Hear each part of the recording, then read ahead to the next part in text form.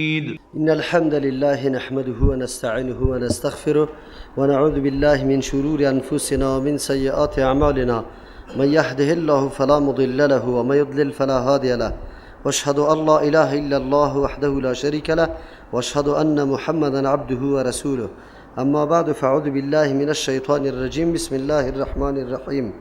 يا أيها الذين آمنوا شهادة بينكم إذا حضر أحدكم الموت حين الوصية اثنان ذوى عدل منكم أو آخران من غيركم إن أنتم ضربتم في الأرض فأصابتكم مصيبة الموت تحبسونهما من بعد الصلاة فيقسمان بالله إن ارتبتم لا نشتري به ثمنا ولو كان ذا قربى ولا نكتم شهادة الله إنا إذا لمن الآثمين. آیات قبلی الله متعال بیان حفاظت نفسا را ذکر کرده بود و بالای بعضی رسومات و اوهام پرستی که در زمان جاهلیت مشرکین داشتن الله متعال سر از او رد کرد. همه مسائل از را باطل اعلان کرد به خاطر که اساس و دلیل نداشتن و یکی از جمله صفات مذمومی که واداشتن وقتی دعوت برشان داده میشد طرف کتاب الله و سنت رسول الله، یعنی به سوی دلیل منزل، و میگفتن طریقه آبا و اجداد ما برای ما کافی است. تنبیه و یا هشدار خیلی بزرگ برای این زمان ما و شما است که یک تعداد مردم وقتی طرف قرآن دعوت داده میشه و مردم میگه که نه، امو رای بابا و اجداد ما برای ما کافی است، ضرورت به ترجمه قرآن یا درس قرآن نداریم و ما امو گپا برای ما کافی است. حالا کی کلمه یا این سخن مشرکین مکه بودن که الله متعال حماقت و بدبختی از واره برای ما بیان میکنه. بلکه انسان همیشه تابع دلیل می باشه. اصل اسلام یکی از امتیازاتش با امرای نظام های دیگه همیست که نظام اسلام پایدار و مستحکم است، اساس داره و انسان هم همیشه از روی بصیرت مطابق اساس حرکت میکنه. این نیست که امور خیالی را برای خود یک نظام جور کنه و مطابق از او خود عیار بسازه. این بدبختی انسانیت در هر جای که انحراف و بدبختی پیدا شده روی امی گپاسته که نعوذ بالله راههای خیالی را در پیش گرفته. اگر هر کسی امی فرمول قطع خود داشته باشه که روی اساس و دلیل حرکت بکنه، گایم دورته هلاکت در چای هلاکت نمیفته. امروز یک تعداد مردمی ما که نعوذ بالله راههای انحراف در پیش گرفته، علتش هم امیسته که یا پشت دلیل و سند نگشتن، فقط محض بر روش مردم اکتفا کرده دنبالش روان است. این میره به نام تقلید کورانه یاد میکنه که انسان بدون سنجش نمیکنه که اینمی راه کدام طرف رفته و مردم به اینمی راه رفتن چقدر ثمره را کمایی کرده. این را سنجش نمیکنه، فقط به این نظر میکنه که بابا و اجداد ما رفته.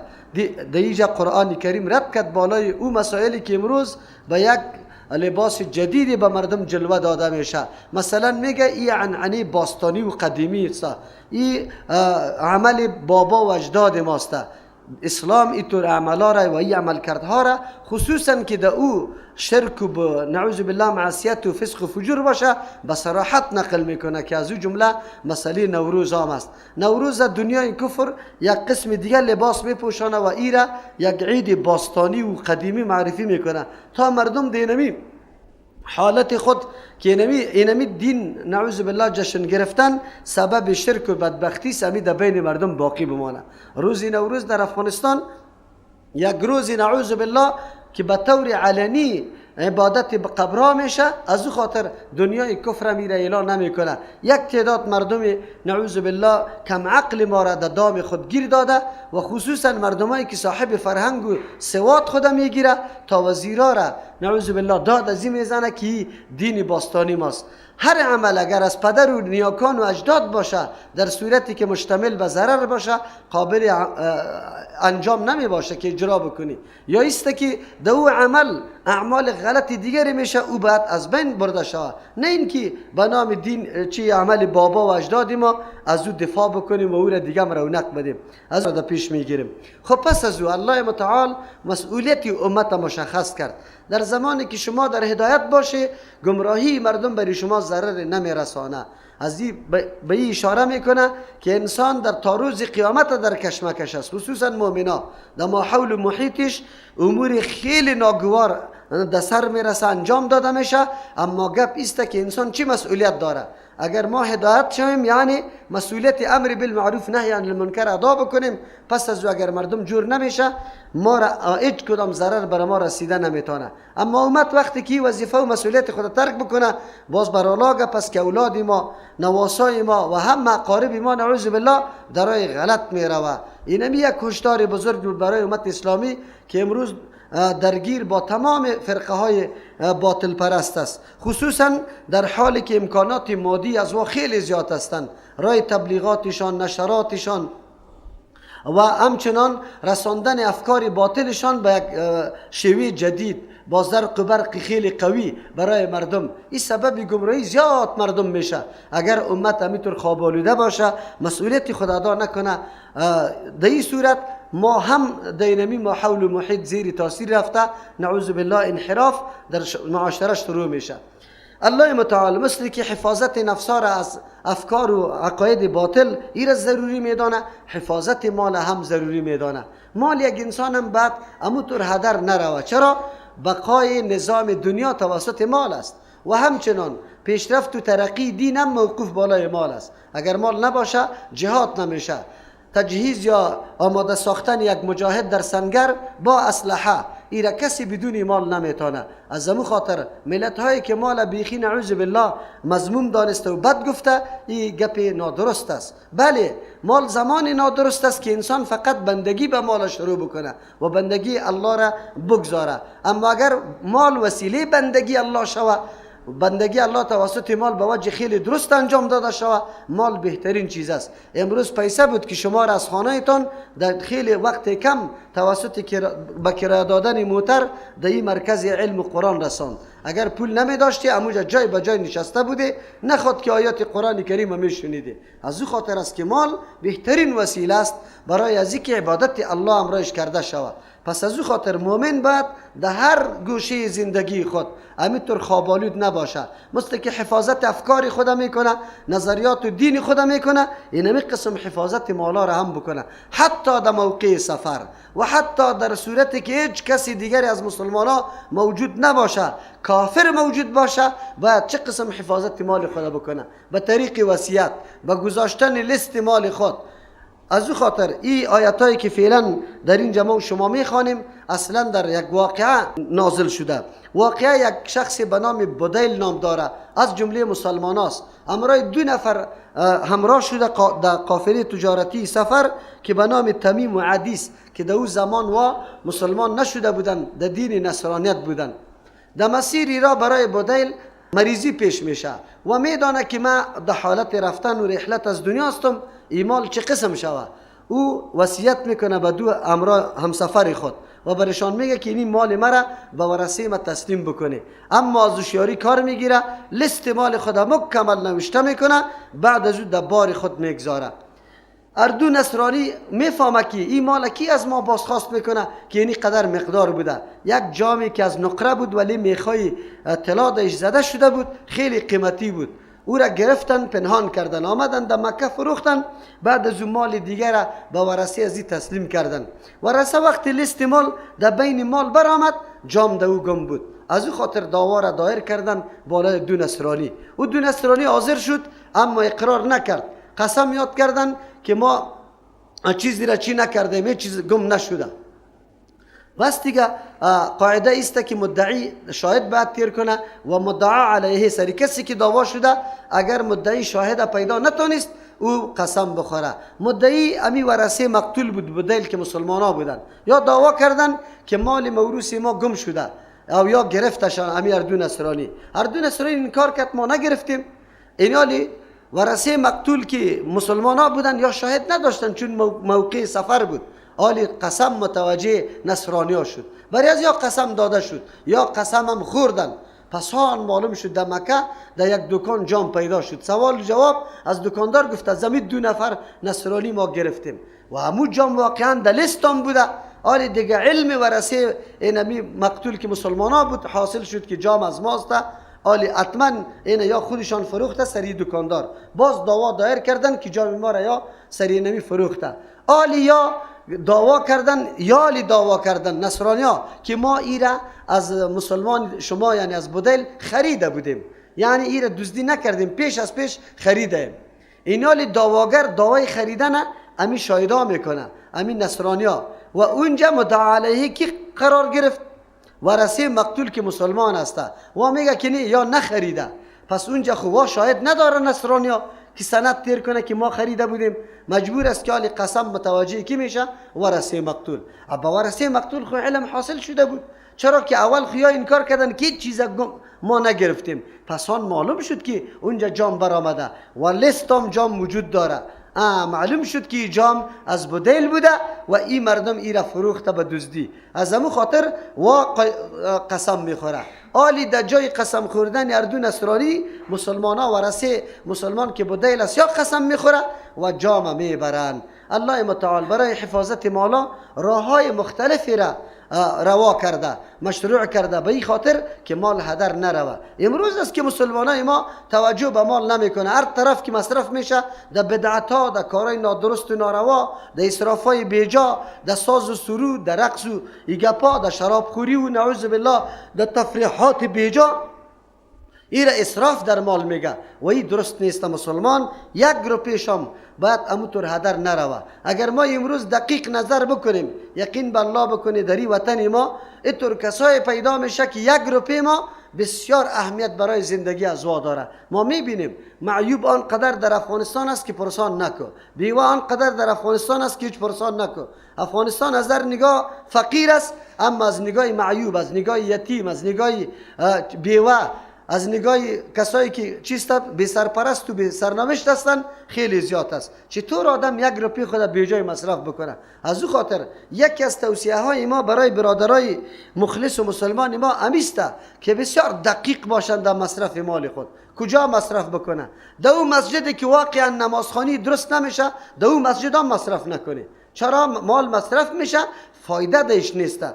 یکی از جمله دوستا که در عربستان زندگی میکنه، ما برش گفتم که یک چیزی مال اگر روان بکنه، مرا گفت که در کجا مصرف شما؟ گفتم یک مسجد است. گفت گپ ازی بزن که در مسجد درس قرآن حدیث است یا نه، خدمت به دین میشه، دعوت به سوی عقیده توحید الله میشه یا نمیشه. باز ما گفتم والله تو رام نیست دیگه و مردم همینطور. گفت نه، من پول خود دو طور جای نمیدم. اگر در مسجد خود مصرف میکنی نه پول برات میدم، در غیر از در جای دیگه مصرف نمیکنم. چرا؟ به خاطری که الله از ما سوال میکنه. از جمله 4 چیزی که در قبر قبل از اینکه قدمای بنده زائل شوه حرکت بکنی، از 4 چیزی سوال میشه: از عمر، از مال، از جوانی و از علم. کجا مصرف کردی؟ مال بهترین سرمایه است برای انسان. باید در کجا مصرف بکنم؟ واقعا همینطور است. آلی در بین همی کابل با وصفی که مساجد خیلی بزرگ موجود است، خیلی مصرفا سر شده، اما مسجد عبدالعظام ان شاء الله مثل چشم آفتاب باره. چقدر مردم خواهران و برادرای ما الحمدلله عقیده توحید الله را از این مسجد خود فرا گرفته. علت استکی مرکز. اگر در مرکز خدمت شما، ما اون روزان براتون گفتم مسجد نبوی در اون زمان نه پانتون بود نه مدرسه بود، اما کل صحابه که حافظای حدیث بود از یک مسجد نبوی بیرون شدن و تخرج حاصل کردن.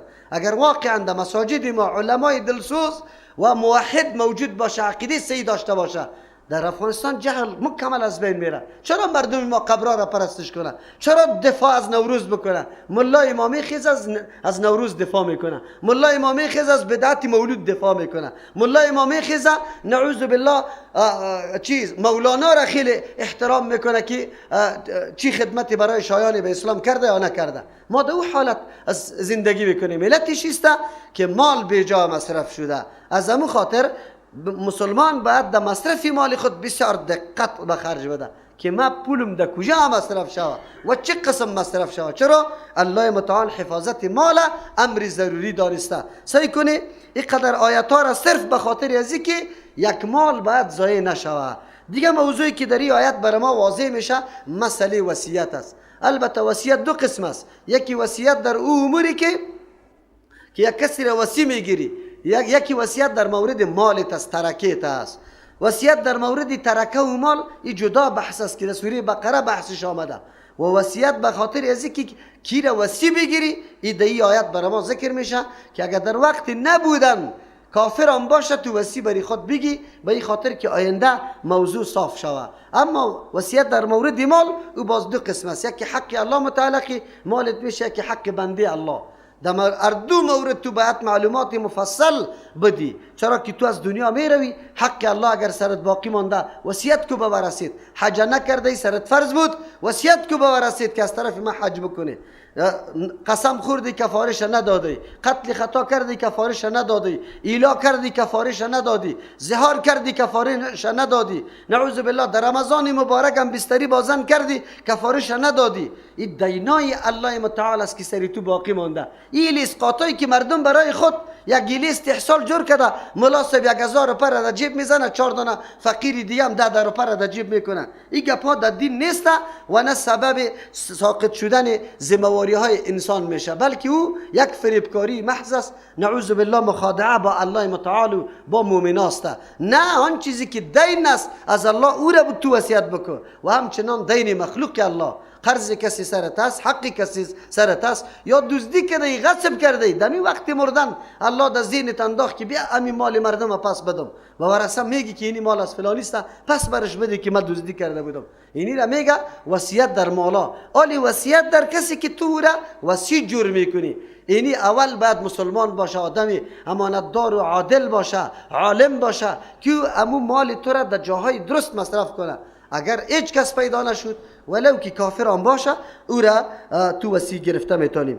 یا ایها الذین آمنو، کسانی که ایمان آورده. پیش گفته بودیم که هر جای در اول سر یا ایها الذین آمنو آمد، مسائلی که بعداً ذکر میشه تقاضای ایمان است. سعی کنی ایمان تنها مسئله نماز نمیگه، حفاظت از مال و مصرف درست مال در یک جای ایام از جمله تقاضای ایمان است و ایرم ایمان گفته میشه. اسلام تنها عبادت نمیگه، اسلام تسلیمی و روش خود حتی در معاملات، در خرید و فروش، در بیع و اجاره رعایت احکام الله را کردن یم ایمان است. اینطور نیست. اگر یک آدم صداقت و راستی خود حتی در فروختن مال خود میکنه، عیبش بیان میکنه، غش نمیکنه، دروغ نمیگه، قسم نمیخوره، اینمی خودش ایمان است. از همون خاطر است التاجر الصدوق مع الچیست نبیین، کسی که تاجر است، راستکار است، امرای انبیاء علیهم السلام میباشه. افسوس است ملت ما این نکته ها را قطعا یاد نداره. نماز میخونه اما او طرف میره انواع فسق و انواع خیانت و غش و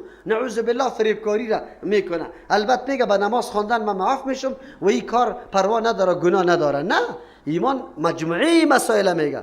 شهادت بینکم، حاضر کردن اشخاص در بین خودتان. اینجا شهادت به معنای حاضر کردن است. نفر حاضر کو در وقتی که علامات مرگ برات پیش میشه.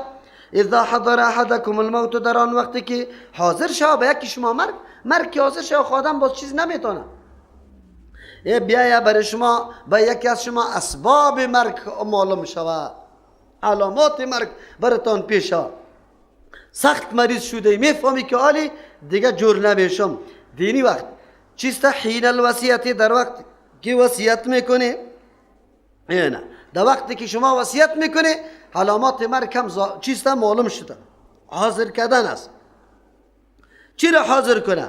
اثنان شهادت دو نفر است. دو نفر شاهد بگیره اگر موجود بود. کی باشه؟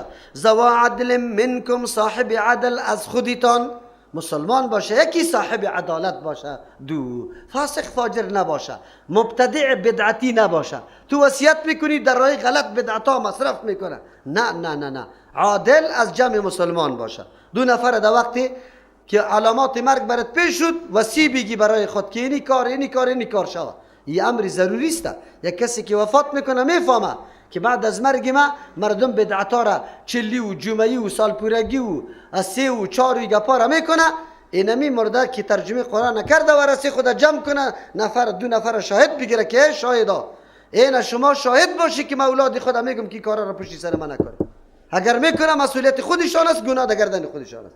اگر این وصیت نکرد و رواج در بین مردم امی گپ بود، امی آدم که وفات میکنه با وفات خود امی گناه بدعتی که آینده و رسیش انجام میده، ای آدم هم قطع شریک است. الله متعال سریزی هم عذاب برش میده. یک حدیث میگه ان المیت لا يعذب ببکاء اهله، مرده با گریان اهلش چی میشه؟ عذاب برش داده میشه. حالی خب بیچاره وفات کرده، چرا عذاب برش داده میشه؟ میفهمید که بعد ده هر مرده اقارب دیده که فریاد میزنه، چیخ میزنه، گریبان پاره میکنه، مویاره میکنه. آلی وقتی که وفات بکنه بعد جمع کنه ورثه خدا و برش بگه که اوش کنه پشت سر ما فریاد و چیغ نزنه، گریبانا را پاره نکنی. اگر این وصیت نکرد و همین کارا شد، این آدم در این گناه قطع شریک است. چرا سر عزیز ضرور بود میفهمید که ورثه این کارا میکنه، خامخا بعد برش وصیت میکرد. از این خاطر هر مسلمان با اولاد خود می توصیه را کرده، در سفر میره اولادش اینجا باقی میمانه. یکی از جمله چیسته روزای بدعت آمدنی است، و طرف که میره یا از اونجا زنگ میزنه یا آلی برش میگه که اوش کنی اولادم در فلانی امر بدعت باید شریک نشوی. چرا اگر این وصیت نکرد این گناهگار است. میفهمه که اولادم همی کار میکنه بعد منع بکنه. از او خاطر در این طور موقع دو نفر از خود باید شاهد بگیره. او آخران من غیرکم، یا دو نفر دیگه غیر از شما باشه. در غیر مفسرین دو نظر داره. بعضی قائل به است که مراد از آخران مسلمان نه، یعنی کافر باشه. خیر کافر هم سری خود شاهد گرفتن، این چطور است؟ اونجا خب پیش آیت خواندیم ولی یجعل الله چیست للکافرین علی المؤمنین سبیلا. الله برای کفار بالای مؤمنا راه جور نکده، راه غلبه را که سر از یا شایدی داده بتانه یا مثلا فتح برشان نصیب شود. از او خاطر این مردم ها میگه که منسوخ است. این آیت اول همی طور بود از کفار هم شایدی درست بود، آلی منسوخ شده. و بعضی مفسرین میگه که نه، اینجا من غیرکم مراد از پیشش اجانب است، یعنی وسیله که میگیره یا دو نفر از اقارب بگیره، اگر اقارب موجود نبود بیگانه را بگیره. لیکن سری موضوع که را بیگانه بگیریم ابن قیم رحمه الله رد کرده، امام رازی رحمه الله این قول سخت ضعیف شمرده. پس معلوم شد که اینجا مراد شهادت کافر است ولی منسوخ هم نیست. چرا منسوخ نیست؟ استثناست. این حالت استرار است، نیست. مسلمان در سفر است، مثل که بدیل امرای دو نصرانی بود، کسی دیگری نبود، از روی مجبوریت مجبور استی که تو دو نفر نصرانی را برای خود چی بگیری؟ شاهد بگیری. و این حالت استثنایی است. از او خاطر این حالت استرار و ناچاری است، بالکل شهادت از یاد درست میشه. این انتم دارتم فی الارض، این است که شما دو شرط داره، یکی در سفر باشی، دوم دیگه مسلمان موجود نباشه. در این صورت آخران که کافر هم است تو به وصیت خود مقرر میکنی شاهد. فاصابتکم مصیبت الموت، رسید بر شما مصیبت مرگ، تحبسونهما من بعد صلات، شما بند میکنیشه. اشاره به این میکنه که یا خود فرار میکنه که آسان خلاص شود، لیکن نه بگیریشانه بند کنیشانه من بعد صلات، پس از نماز. مراد از نماز دیگر است. بعضی مفسرین میگه عام نماز است.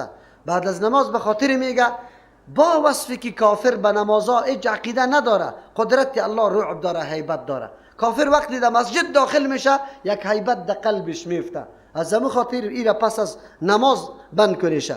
فیقسمان، پس قسم میاد بکنه، یعنی وقتی که مدعی دعوا بکنه شاهد نداشته باشه و این مردم ها این کار کرده باشه، قسم سری کیست؟ سری منکر است. مثل که اینجا ورثه مقتول بدیل دعوا کردن که مالی مرده ما را میت ما را گرفته و اردو نصرانی این کار کرد، نگرفتیم. آلی واخو شاهد نداشتن ورثه مسلمان، اما بدیل آلیا منکر بودن، قسم سری منکر است. فیقسمان بالله، پس قسم میخوره به الله، قسم به الله میخوره ولو که کافر هم است، بعد قسم به الله بخوره.